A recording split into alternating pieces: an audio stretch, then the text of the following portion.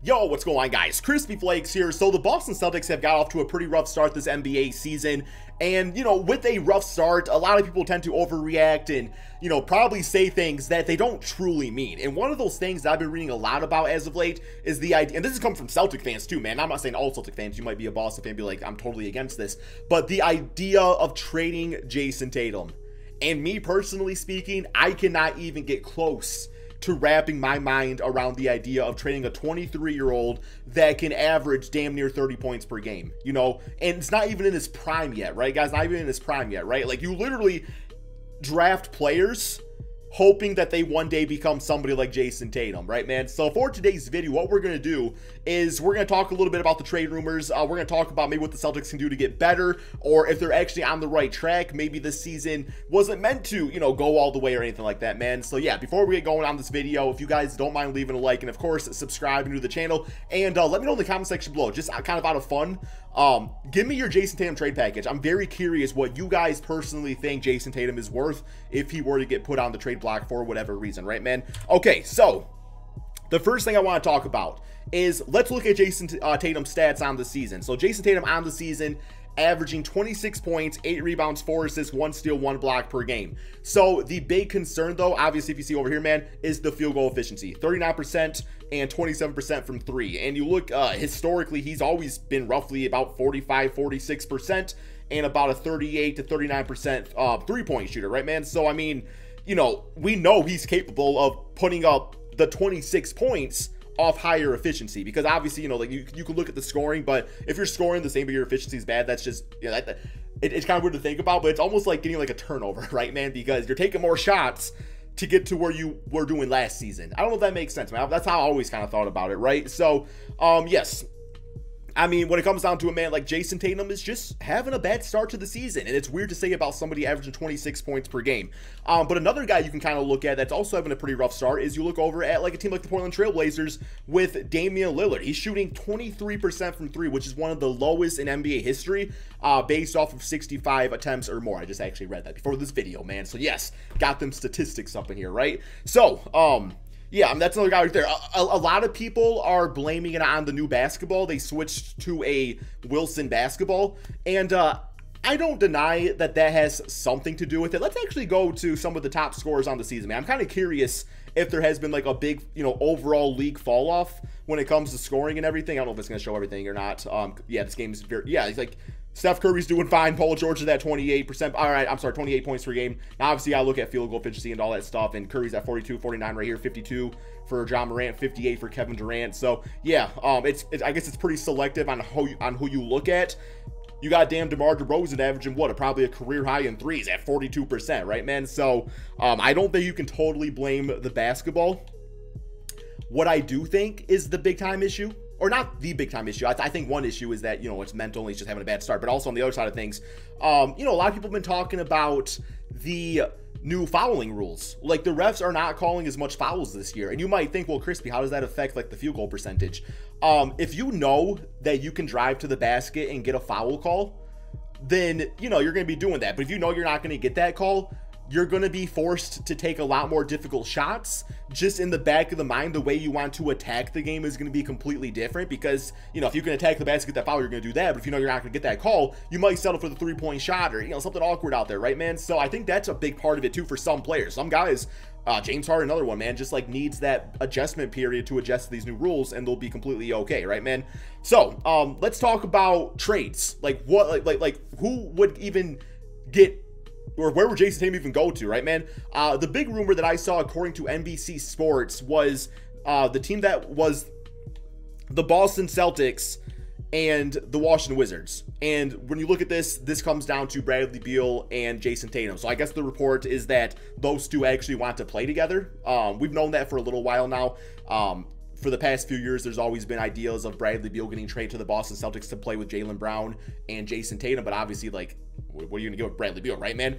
But now we're at the point where it's kind of the opposite side of the spectrum, where the Wizards are 5-2, playing great basketball. Like, this team has completely reshaped their entire roster, adding Dinwiddie, you know, KCP, Kyle Kuzma, Montrezl Harrell. Montrezl Harrell is actually like top 10 in the MVP tracker. The tracker's kind of weird with how it's calculated, but he's there, man. He's there, right? So, yeah, and the Celtics are now at the bottom at a, oh my goodness, man, at 2-5, at a 2-5 record on the season. Just had a big time loss to the Chicago Bulls, right, man? So now people are saying, when's Tatum going to request a trade to the Wizards?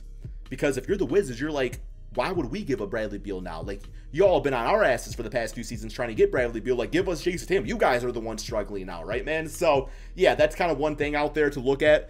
But no, man, I think when it comes down to it, the Celtics are simply just in a transitional period. They're in a transitional period. They have a new head coach. They have Brad Stevens in the big boy chair for the first time, and obviously, you know, replacing the shoes of Danny Ainge is not easy to do. Like, Danny Ainge, I mean, yeah, he had some negativities to him, but he also has some really good things about him too. And I just think overall, like, Brad Stevens is gonna take some time to adjust, right, man? So for me, like, last year was a weird year because obviously it was a shortened season and COVID was going on and everything. And this season, you know, we're back to an 82-game season and everything. But if you look at free agency, like, the only guy that they really got was Dennis Schroeder. And I guess they brought in, like, you know, Al Horford and Josh Richardson, but definitely a transitional period, man, where I think next offseason is where they go for the big-time player, right? So another thing I really wanted to address, too, is I saw a lot of comments, people saying that Jayson Tatum is basically Carmelo Anthony, saying that, like, in an insulting way, too, which I don't really know how it can be insulting to get compared to one of the greatest scorers in NBA history, right? But, you know, the criticism is that Carmelo Anthony was also a guy that was a top scorer in the NBA, and it just never really led to anything, right? But if you look at the history of Carmelo and the teams that he was on, they always just did like a poor job of rebuilding around him or putting the right guys around him. You know, you look at the Denver Nugget days when he was like playing his best basketball, right? You might say, oh, I guess Knicks, whatever, you know, whatever season you want to say his best basketball, but some of his best basketball very early on. If you look at the teams he was on, like, as far as the talent goes, you know, they had Allen Iverson. Allen Iverson was out of his prime at that point.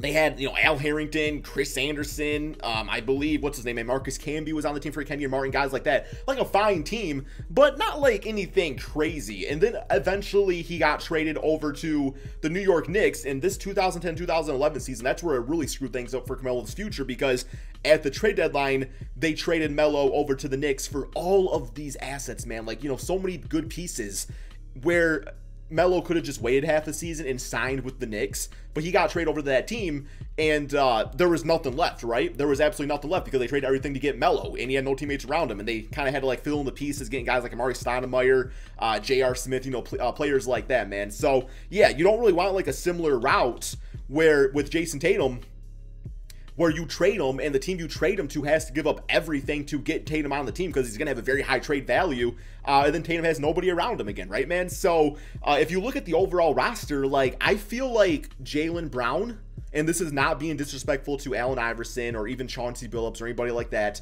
I think Jaylen Brown, right now, the stats he puts up, is a better teammate for Jayson Tatum than Carmelo Anthony ever had. And I'm really trying to, like, think, is there somebody I'm missing? Well, obviously, you know, later in the career, like LeBron James and stuff. I mean, I'm talking about when he's like playing his best basketball, right? Because yeah, Iverson, Chauncey, those guys were just out of their prime when they're playing with Carmelo Anthony, man. So yeah, I feel like it's an overreaction right now. Let's not get crazy with it. Now, let's go ahead, guys, and get crazy with it by trading away Jayson Tatum and just kind of seeing, like, you know, what type of value he has. I feel bad doing it because I don't believe in it, but, you know, it's a video and it's just for fun, so it's not that big a deal. Okay, so Jayson Tatum, let's, I want to see what he get up via Trade Finder first, but we are ultimately going to put him on the Washington Wizards. That is the big-time rumor, but very curious, man, what Tatum is, you know, good for in a Trade Finder. And here we got Zach LaVine, Lonzo Ball. Bulls fans, would you do that? Probably not right now, would you? Clippers, Paul George, Reggie Jackson. That makes no sense whatsoever for the Celtics. Atlanta Hawks, you got Clint Capella, John Collins. Yeah, if you really want that front court depth. Can you guys imagine Jayson Tatum with Trae Young? That'd be nasty. That'd be nasty, man. Rudy Gobert, Jordan Clarkson. Ooh, I mean, and the Jazz are another one of those teams that's just like a really good team. So it's like, why would they mix things up right now, right, man? It's not like they're struggling, but yeah, Tatum and Donovan Mitchell. Oh my goodness, we got Julius Randle and Kemba Walker. No, we can't. Awkward. Yeah, we can't do Kemba Walker, man. I have a feeling Kemba would not be a great point guard for the Boston Celtics. Just something about that. We got Sabonis and Karis LeVert. Honestly, like, age-wise, it's not the worst trade in the world. It's just both these guys, well, mainly LeVert, you know, being injury-prone and stuff. We got Brandon Ingram for Jayson Tatum. Oh, my goodness, man. If, yo, Tatum and Zion were to team up and a first-round pick, okay. You might be convinced of a Tatum-Zion type of thing. Maybe, because Zion's not really playing too much. We know he's not completely helping with the Pelicans. If you could pull off a trade and get Jayson Tatum, I mean, that's something I think I would consider, at least talking about it, right? Here we got Tatum, Al Horford for Karl Anthony Towns, D'Angelo Russell. You can definitely, you get the 2-year younger Jayson Tatum team with Anthony Edwards. That could be kind of interesting, and that's actually not a bad haul whatsoever for the Boston Celtics. So that's interesting. And then we got straight up Jayson Tatum for Bradley Beal, but we do know that Tatum wants to play with Bradley Beal, so that would not be the trade. So let's go ahead, guys, and go to propose a trade and see what exactly it would take to get Jayson Tatum over on the Washington Wizards. So because 2K would just not allow me to do that trade because it's impossible to trade guys like Jayson Tatum. I do have trade override turned on, so I'm going to give you guys my personal trade that I think it would take to get it done. Now, if I am the Celtics, I am saying probably screw off, because as good as, Montrezl Harrell's been, or, Spencer Dinwiddie, still Jayson Tatum we're talking about. But at this point, you're probably looking at, Montrezl Harrell. You're probably looking at Rui Hachimura. They wouldn't really need him at that point. Probably, oh my goodness, man, Denny Avila just to add on a good young prospect. And I'm gonna say 3 first-round draft picks, man. And I know Wizard fans are looking at that and saying, oh my goodness, that's so much to give up. That may be the case. But also, don't be a victim of the moment, man. Don't be a victim of the moment, because as good as Montrezl has been, Rui and Denny have not really been a big part of the Wizards team, and you're giving up the draft picks and everything, but you're getting Jayson Tatum out of there, right, man? So, that's like the best I can absolutely think of based off of what the Wizards have. Because, like, KCP, Spencer Dinwiddie, you can toss in guys like that. I don't think it's absolutely necessary. And then, obviously, we got to toss in some players back here to make it work. So, let's just toss in. I'm not saying to be these guys, but Bruno Fernando will do that. And I'm just doing, tossing the guys at the bottom of the list. Let's go ahead and toss in Jabari Parker. Is that enough? And, the Wizards would acquire $7.3 million more than allowed. So, we actually have to probably go with a bit more of an expensive player. So, Montrezl is on a very small contract, isn't he, man? So, okay, let's remove a draft pick and see if we can toss in maybe just like a really expensive dude. Yeah, okay, Davis Bertans might be the move. And then we'll go ahead and just toss in another player here. Now, obviously, like I said, man, you can kind of workshop this as you need to. I'm tossing Grant Williams just to do it. Not saying it would necessarily be him. But there we have it, man. So Tatum and fillers for Montrezl, Rui, Denny, Davis Bertans, and I know it says 2 first-round picks, but I'm still going to pretend it's 3. And there you have it, man. I mean, based off the rumor, I got to work with what I got. I would not do that trade. I much more liked the Timberwolves trade better, but that's what we're doing, man. So here we go. Let's go over to the Washington Wizards, and let's go ahead and put this out there. So at this point, their lineup's looking like Dinwiddie, Beal, Kuzma, Jayson Tatum, and obviously they would need to address the center position. Now, Thomas Bryant and Daniel Gafford, both those guys will eventually play. They're just out right now, but like Gafford would be the starting center. That'd be completely fine. So for right now, they got to deal with injuries, but in time, they would be completely fine. And then over on the Boston Celtics side of things, you're looking at a lineup of Schroeder, Marcus Smart, Jaylen Brown, Rui Hachimura, Al Horford. You got some dudes off the bench, lots of centers, a lot of power forwards and everything like that. I do think this would probably signal the start of some sort of rebuild, and you might even see eventually Jaylen Brown getting traded away. And once again, I gotta put past this, man. I don't agree with that. I feel like Jaylen Brown and Jayson Tatum, like, that's one of the best young duos in the NBA, and you gotta give Brad Stevens some time to kind of work things around. So real quick here, man, I'm gonna go ahead and simulate this NBA season. I'm just kind of curious what type of numbers these teams put up. So I'll see you guys at the end of the season. Okay, so we're at the end of the regular season. The Celtics actually balled the hell out, man. 48-33. So, hey, Jaylen Brown took over the team. We got the Wizards at 56-25. So there we go. Okay, simulate through date and finish with a W on the season. So we got LeBron MVP, Cade as rookie of the year. Let's go, baby. Andre Drummond.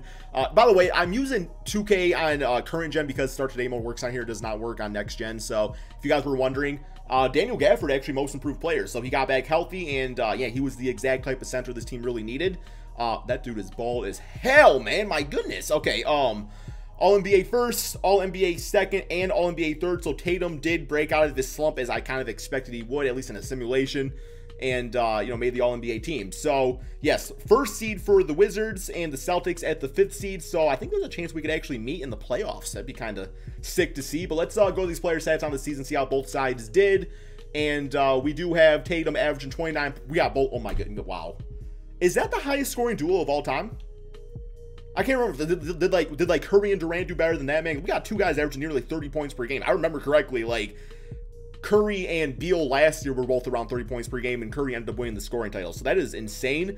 You got Kuzma doing his thing, Dinwiddie, you know, playing point guard, Daniel Gafford, who's most improved player. So there we have it, man. That's what it's looking like with Tatum on the Celtics, or I'm sorry, on the Wizards. And the Celtics, you know, it was Jaylen Brown taking over, and then kind of everybody else kind of filling in their roles and voids and everything like that, man. But yeah, a lot more would need to happen to the Celtics team. I might actually do a full-on Celtics rebuild pretty soon. Especially if you guys like this video, maybe I'll even do a based off that circumstance, to do an entire like Jayson Tatum trade rebuild. If you guys want that, let me know in the comment section below and like the video. Just because, yeah, I would be trading away some of these centers and not playing certain guys and everything, right? So, okay, let's see how the playoffs go. Simulate, I guess, playing tournament first. So here we have it. Yes, Wizards and Celtics very well could meet in the second round. Simulate round right here. And there we have, oh man, that would be some good basketball. Give me all of that every time. Simulate round. And oh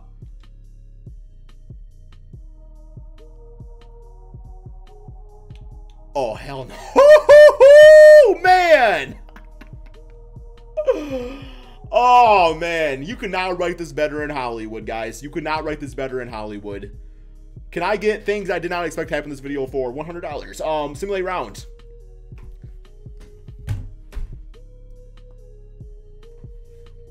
It's Jaylen Brown's team, man. It's officially Jaylen Brown's team. Simulate round. What? 2K, you are an interesting ass game sometimes, man. Okay, so the moral of this video, I guess, is that Jayson Tatum's just completely holding back the Celtics, and